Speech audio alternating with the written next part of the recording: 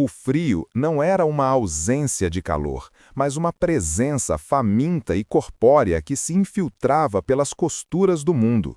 Para Léo, era uma entidade com garras, dentes e um peso que se acomodava em seus ossos, prometendo não uma morte rápida e limpa, mas um lento e metódico desmantelamento de sua vontade de viver.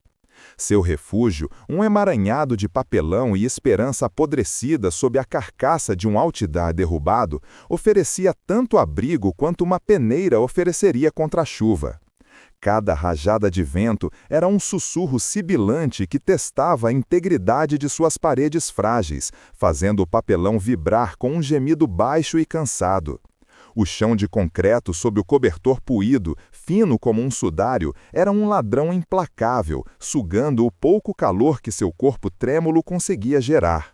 Ao seu lado, enrolado numa bola de pelos eriçados, Sombra tremia em uníssono com ele. O cão, uma mistura indefinida de raças resilientes, era sua única fornalha, um pequeno motor de vida cujo calor era mais simbólico do que físico. Léo podia sentir as costelas do animal contra seu flanco, o ritmo rápido e ansioso de seu coração, o sopro quente e úmido de sua respiração em sua mão. Eram duas metades de uma mesma miséria, compartilhando um silêncio que continha todas as conversas que nunca teriam. O mundo exterior era uma pintura borrada de cinzas e marrons, vislumbrada através de uma fenda no papelão, um lembrete constante de sua insignificância. Os sons eram os do fim do mundo, o uivo do vento, o tamborilar ocasional de um detrito solto, o som seco e desesperador de seus próprios dentes batendo. A fome era uma criatura separada, uma serpente de gelo que se contorcia em seu estômago vazio, enviando ondas de náusea e dor que o deixavam ofegante. Ele fechava os olhos e tentava invocar a memória do calor, não a sensação, mas o conceito. O vapor subindo de uma xícara, o sol em seu rosto numa tarde distante, o abraço de alguém que ele mal conseguia lembrar. Essas memórias eram cacos de vidro em sua mente, afiadas e perigosas, pois o contraste com a realidade de seus membros dormentes e sua pele arrepiada era uma forma de tortura. Sombra choramingou baixo, um som patético que cortou o ar, e Léo, com dedos que mal obedeciam, acariciou a cabeça do cão. O toque era um pacto, uma reafirmação de sua aliança contra a entropia. Nós estamos aqui, dizia o gesto, nós ainda estamos aqui. Mas o frio respondia com uma risada silenciosa, apertando seu domínio, prometendo que o ainda era uma medida de tempo que se esgotava rapidamente. A sobrevivência havia se tornado um reflexo, um automatismo desprovido de pensamento ou emoção, mas a cada tremor, a cada espasmo de fome, ele sentia a engrenagem desse reflexo começar a enferrujar. O 100 era um evangelho de desespero, um ritual sagrado para adiar o inevitável. Ao primeiro sinal de uma luz cinzenta e doentia no céu, que passava por amanhecer, Léo se desenrolava de sua posição fetal, o movimento enviando uma cascata de agulhas de dor por seus músculos enrijecidos. Sombra se levantava com ele, espreguiçando-se com um gemido antes de sacudir o corpo, como se tentasse se livrar dos fantasmas da noite. A busca começava.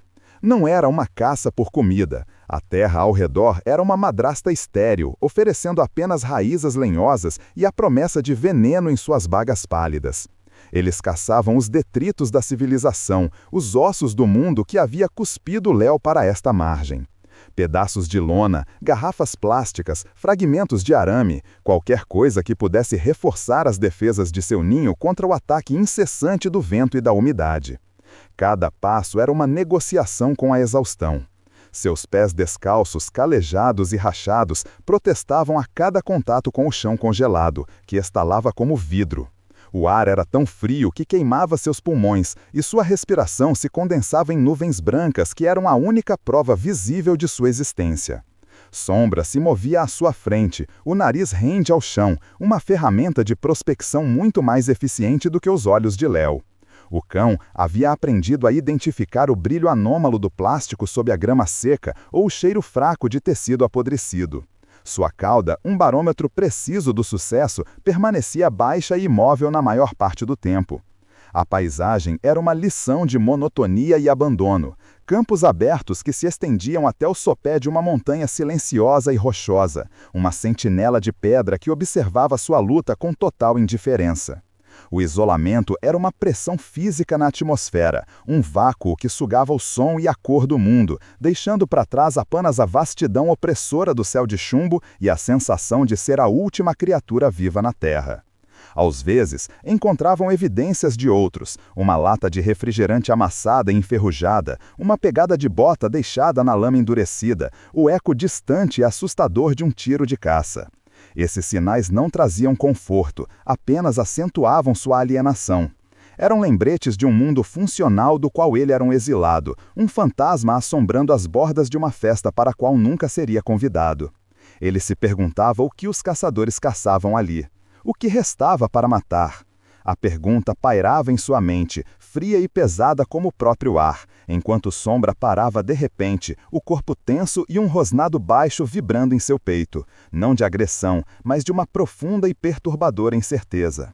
O retorno ao abrigo era uma retirada estratégica, uma corrida contra o crepúsculo que descia com a velocidade de uma guilhotina. O espólio do dia era patético. Um pedaço de plástico bolha sujo e rasgado e um longo pedaço de barbante que Sombra havia desenterrado de sob uma moita de espinhos. Eram tesouros. Dentro da toca de papelão, que parecia ainda mais frágil e escura depois da exposição à vastidão do campo, começava a segunda parte do ritual. Léo trabalhava com a precisão de um cirurgião e a devoção de um monge. Cada movimento era deliberado, pois a energia era um recurso mais precioso que o ouro. Ele usou o barbante para amarrar um painel de papelão que ameaçava se soltar, seus dedos dormentes e desajeitados lutando para dar o nó.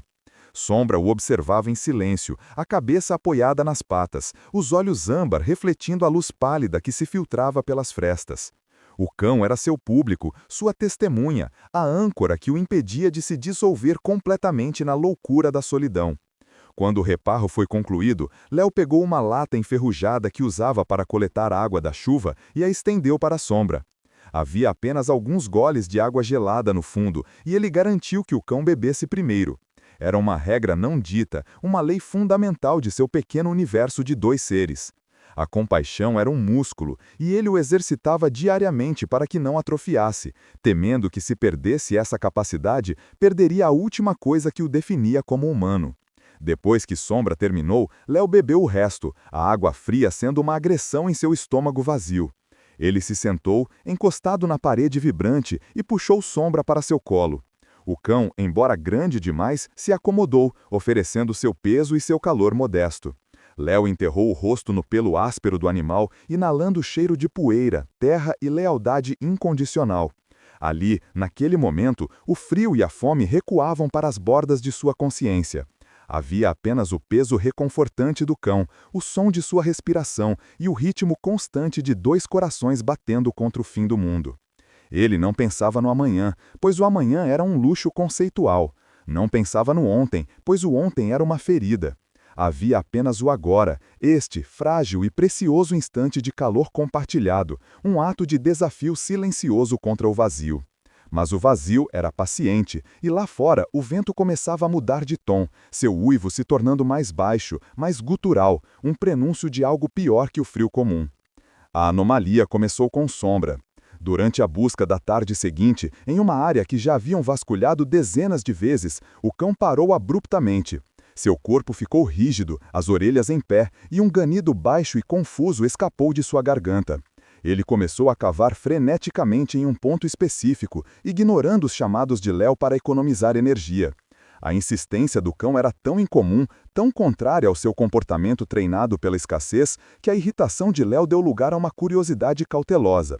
Ele se ajoelhou ao lado do animal, afastando-o gentilmente. "O que foi, garoto? O que tem aí?" Sua voz era um sussurro rouco, raramente usado. Ao tocar o chão onde Sombra cavava, ele sentiu. Um choque percorreu seu braço, não de eletricidade, mas de pura incredulidade. O chão estava quente, não morno, mas ativamente, vibrantemente quente, como se uma brasa estivesse enterrada sob a terra congelada. O contraste com o frio circundante era tão violento que parecia uma alucinação. Com as mãos trêmulas, agora movidas por uma urgência febril, ele começou a cavar. A terra gelada deu lugar a um solo mais macio e escuro, e o calor se intensificou.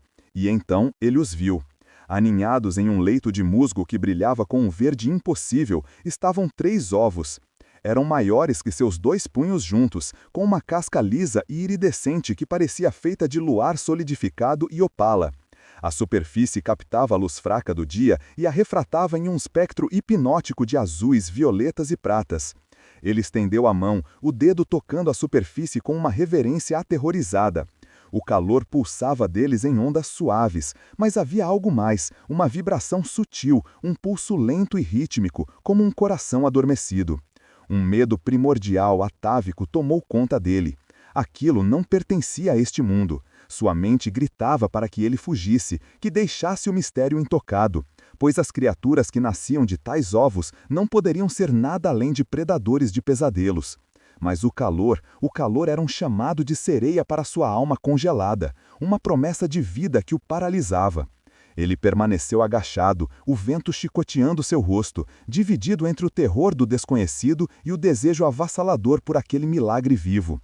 O céu, antes de um cinza indiferente, começou a se manchar de um roxo profundo no horizonte, e um vento súbito e cortante trouxe consigo o cheiro de neve, prometendo uma noite que nem ele, nem as frágeis vidas que pulsavam sob seus dedos poderiam sobreviver separados.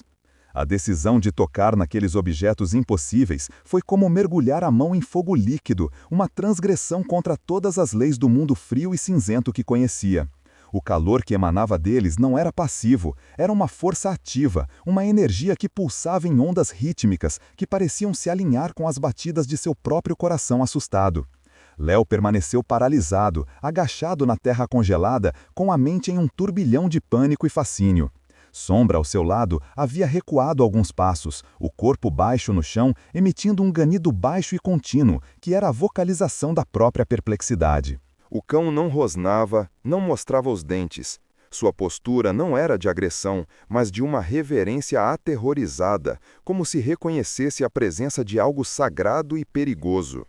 Léo olhou para o céu, um ato instintivo de busca por orientação em um teto de nuvens que só prometia obliteração.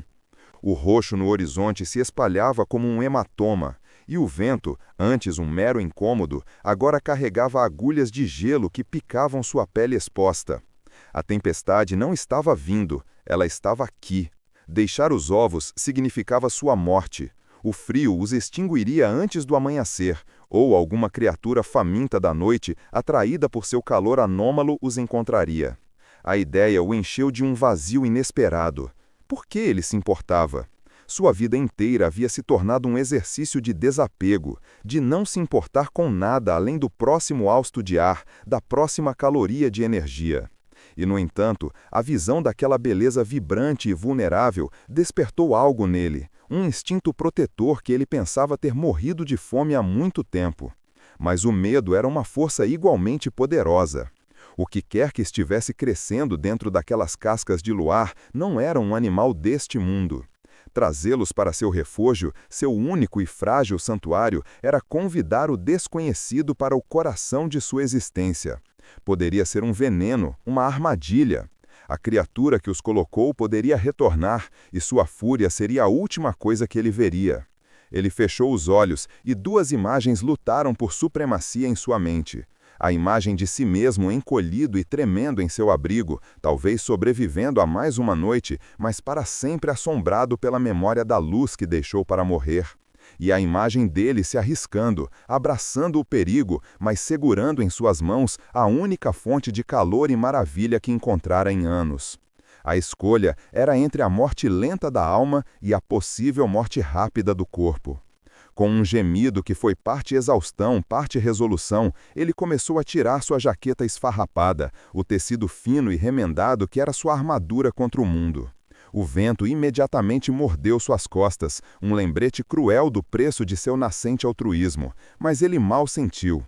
Seus movimentos eram lentos, reverentes, enquanto ele envolvia o primeiro ovo no tecido, sentindo o peso substancial e o calor pulsante através das camadas.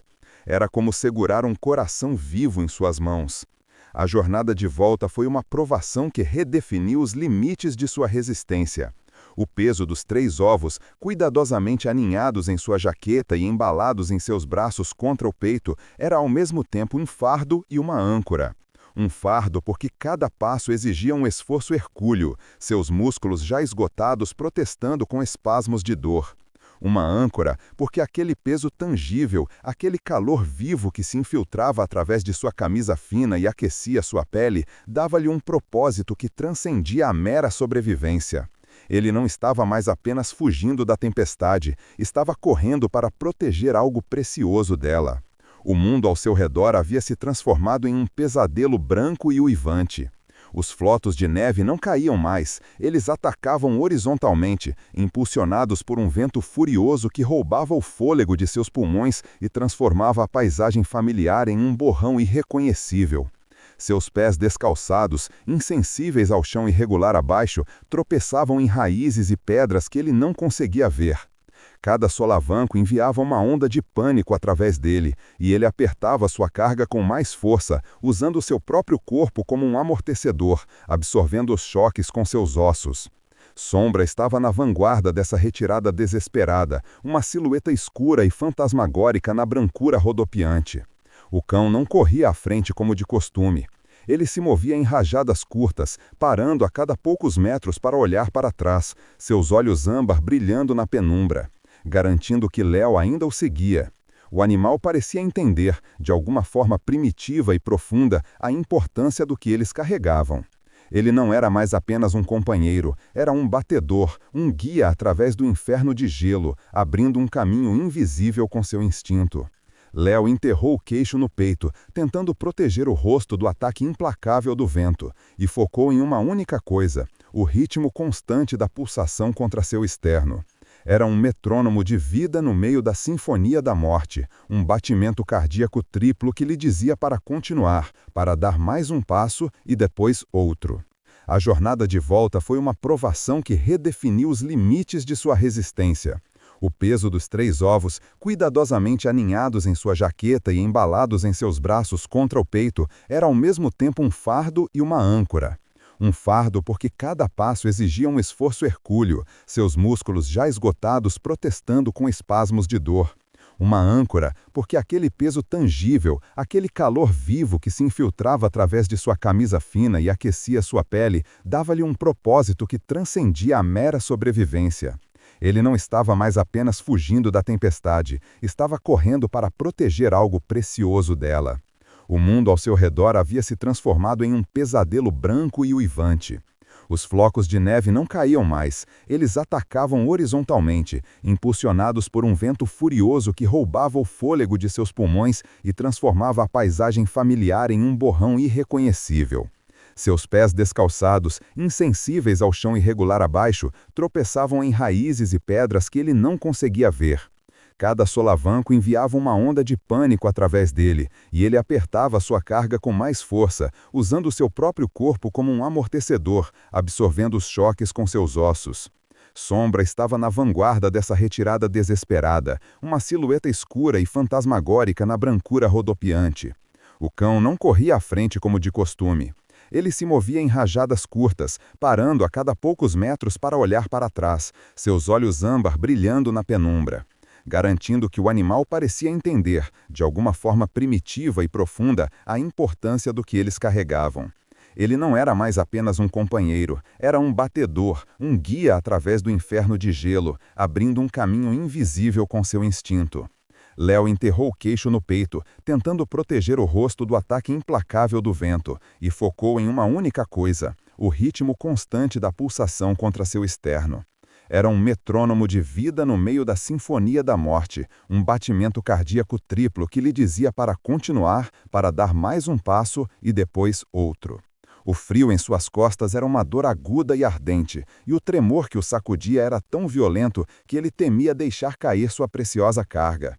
Ele se perguntava se estava louco. Teria ele trocado sua própria vida por 3 pedras brilhantes? A pergunta surgiu, mas foi imediatamente silenciada pelo calor suave que se espalhou por seu peito, uma resposta silenciosa que era mais poderosa do que qualquer lógica. Ele não estava apenas carregando ovos, estava carregando a esperança, e a esperança era mais pesada e mais quente do que ele jamais imaginara. Entrar no abrigo foi como passar da garganta de um monstro para seu estômago frio e úmido. O rugido do vento diminuiu para um gemido abafado, mas a sensação de segurança era uma ilusão. A estrutura de papelão tremia e se contorcia sob o ataque, e finos jatos de neve pulverizados entravam pelas inúmeras frestas, cobrindo o chão de concreto com uma pó branca e cintilante. O ar lá dentro era apenas marginalmente menos frio do que lá fora, mas estava parado. E por essa pequena misericórdia, Léo sentiu uma onda de gratidão. Com movimentos dolorosamente lentos e cuidadosos, ele se ajoelhou no canto mais protegido do refúgio, o lugar que ele havia reforçado com os melhores pedaços de lona e plástico que encontrara. Ele desdobrou a jaqueta, revelando os 3 ovos, que agora pareciam brilhar ainda mais intensamente na escuridão do abrigo. Sua luz interna lançava um brilho azul-violeta nas paredes de papelão, transformando a toca miserável em uma gruta mágica.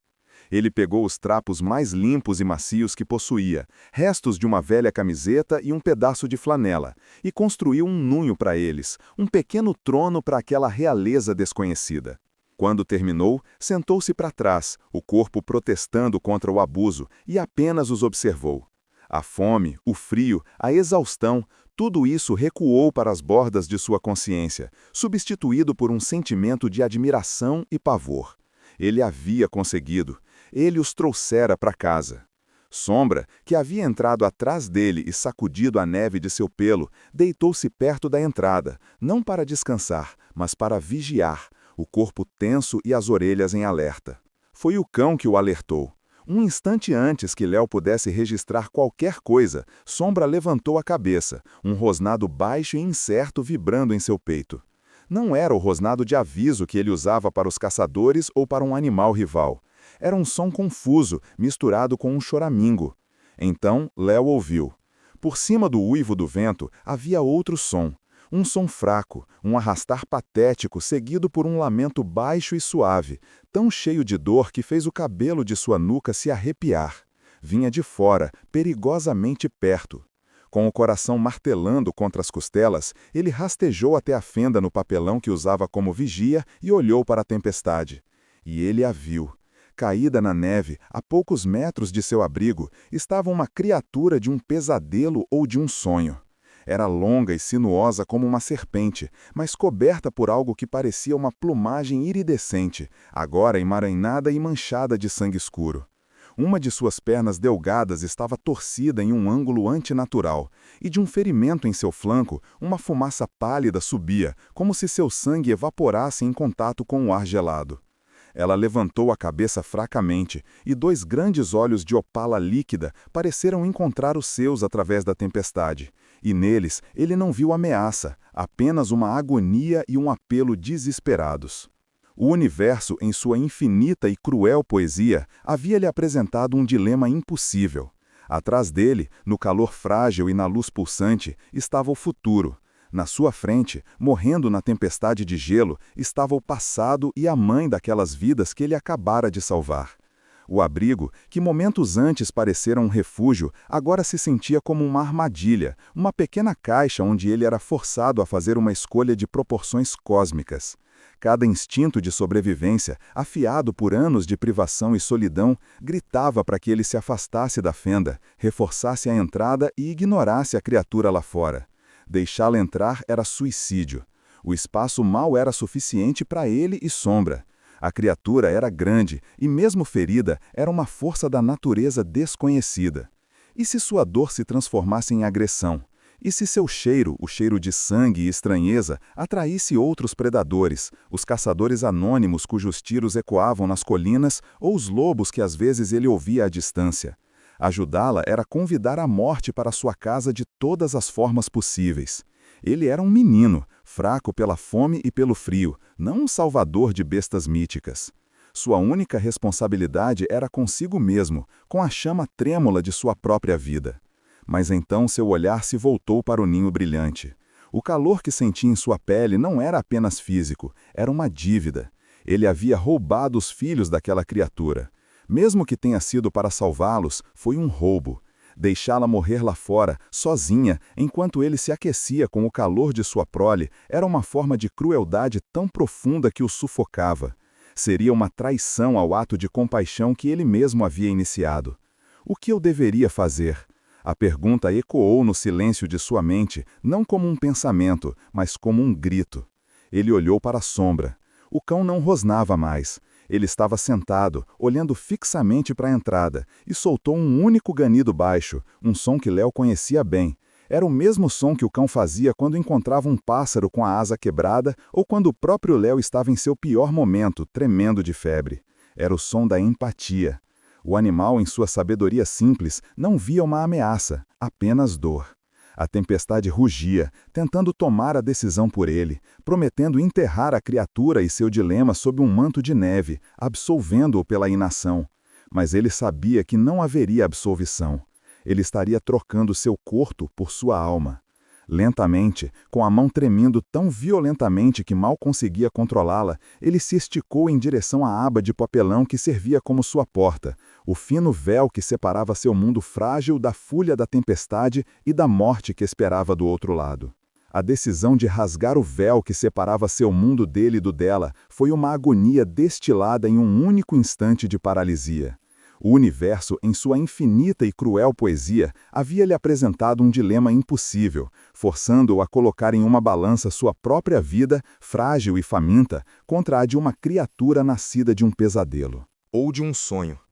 Atrás dele, no calor frágil e na luz pulsante dos ovos, estava o futuro, uma promessa de maravilha que ele havia roubado e agora protegia com um fervor recém-descoberto. Na sua frente, colapsando sob o ataque implacável da tempestade de gelo, estava o passado, a origem daquelas vidas, a mãe daquele milagre. O abrigo que momentos antes parecera um refúgio, um santuário conquistado a duras penas, agora se sentia como uma armadilha, uma pequena caixa onde ele era forçado a fazer uma escolha de proporções cósmicas, com o rugido do vento como o único conselheiro. Cada instinto de sobrevivência, afiado por anos de privação e solidão, até se tornar uma navalha em sua alma, gritava para que ele se afastasse da fenda, reforçasse a entrada com o que quer que encontrasse, e ignorasse a criatura lá fora até que a tempestade a silenciasse para sempre. Deixá-la entrar era um ato de loucura, um suicídio anunciado. O espaço mal era suficiente para ele e Sombra se encolherem.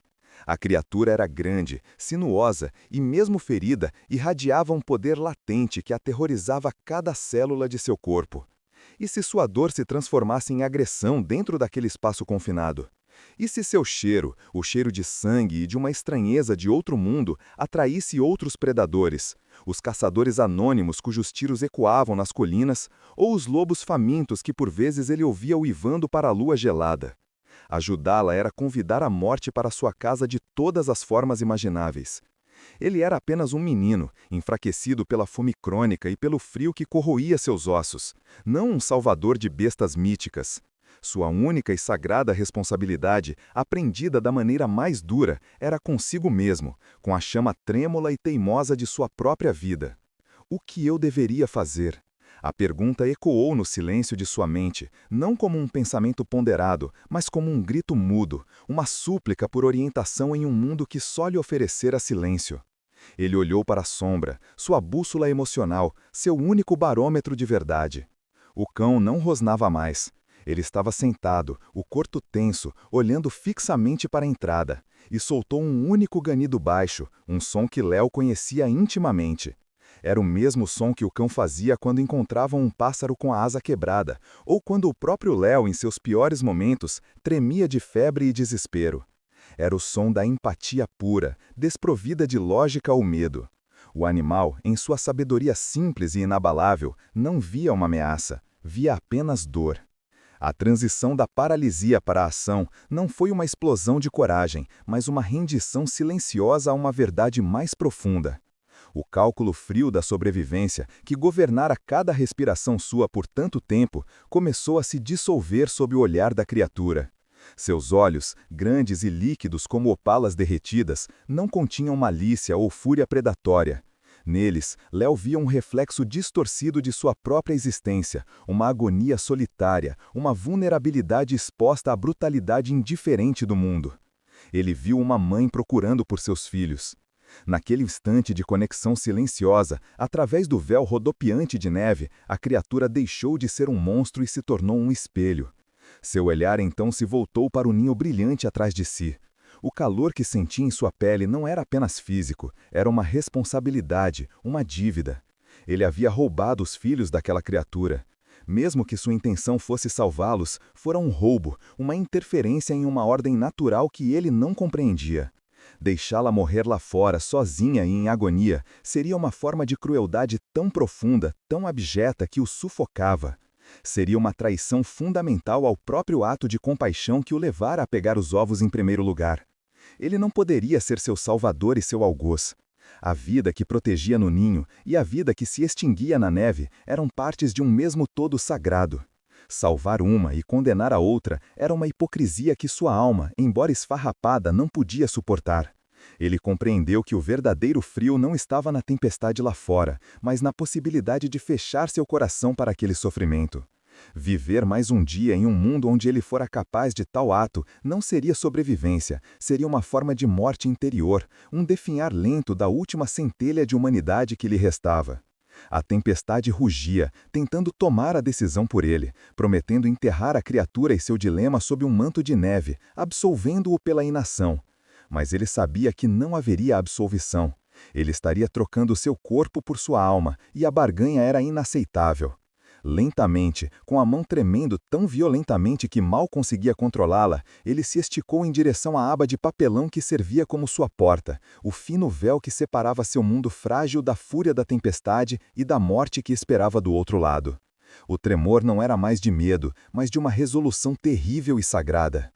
O calor frágil que os ovos haviam gerado foi quase que imediatamente engolido pelo frio avassalador, e o gemido do vento dentro do espaço confinado se tornou um uivo ensurdecedor. Léo teve que usar todo o peso de seu corpo enfraquecido para impedir que a aba de papelão fosse arrancada, criando uma abertura estreita, uma fenda de esperança no meio do caos. Ele não gritou, não fez nenhum som para chamar a criatura.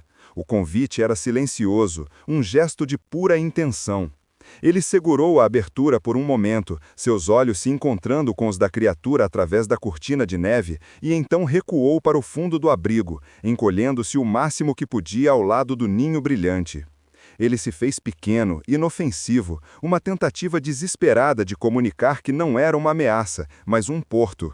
Sombra, entendendo o comando silencioso, imitou-o, deitando-se com a cabeça entre as patas, os músculos tensos, mas sem emitir nenhum som de agressão. Seus olhos âmbar fixos na criatura eram de uma vigilância cautelosa, não de hostilidade. Por um longo e tenso momento, nada aconteceu. A criatura permaneceu imóvel na neve, seu corpo uma mancha escura e ferida contra a brancura ofuscante, seus olhos de opala avaliando a abertura, avaliando Léo, talvez ponderando se aquilo era uma salvação ou uma armadilha ainda mais cruel. Então, com um esforço que pareceu custar-lhe as últimas reservas de energia, ela se moveu. O movimento foi agonizante de se assistir. Ela se arrastou, usando suas patas dianteiras para se puxar para frente, enquanto sua perna traseira, torcida em um ângulo hediondo, era arrastada inutilmente. A cada centímetro conquistado, um tremor percorria seu corpo longo e sinuoso, e um lamento baixo e suave, quase inaudível por sobre o rugido da tempestade, escapava de sua garganta. Não era um som de animal, era o som da dor em sua forma mais pura e universal, um som que atravessou Léo e ressoou em um lugar profundo e esquecido dentro dele. A trilha que ela deixava na neve não era apenas de seu corpo, mas também de seu sangue escuro, que fumegava ao contato com o gelo, liberando uma névoa pálida e etérea na atmosfera turbulenta. A chegada da criatura ao limiar do abrigo foi a culminação de uma eternidade contida em poucos minutos. Ela parou na entrada, a cabeça erguida com dificuldade, o corpo metade dentro da relativa calma do refúgio, metade ainda entregue à fúria da tempestade. O espaço, já minúsculo, tornou-se impossivelmente apertado. O cheiro dela encheu o ar, uma mistura desconcertante e primordial, de ozônio, como ar após um raio, terra molhada e o odor metálico e alienígena de seu sangue fumegante. Sua presença física era esmagadora. Léo podia sentir o poder contido em seus músculos mesmo sob a camada de dor e exaustão. Ele estava agora encurralado no fundo de sua própria casa, o coração martelando contra as costelas com uma força da natureza ferida e imprevisível a meros centímetros de distância. A criatura finalmente conseguiu arrastar o resto de seu corpo para dentro, colapsando no chão de concreto com um baque surdo e um gemido que era um misto de alívio e dor. Por um momento tudo ficou quieto, exceto pelo som de sua respiração rápida e superficial e o uivo abafado do vento lá fora. Léo, mal ousando respirar, observou. O olhar da criatura passou por ele, por sombra, e então pousou no ninho de trapos onde os 3 ovos pulsavam com sua luz suave. Não houve um rosnado, nenhum sinal de agressão ou possessividade. Em vez disso, uma profunda ressonância começou a vibrar em seu peito, um zumbido baixo e gutural, que não era um som, mas uma sensação. Léo sentiu através do chão de concreto, uma vibração que subiu por sua espinha e fez seus dentes formigarem. Em resposta imediata, a luz dos ovos se intensificou, pulsando em um ritmo lento e constante que se sincronizou perfeitamente com o zumbido da mãe. Uma comunicação silenciosa, uma reunião profunda e misteriosa estava acontecendo naquele espaço miserável.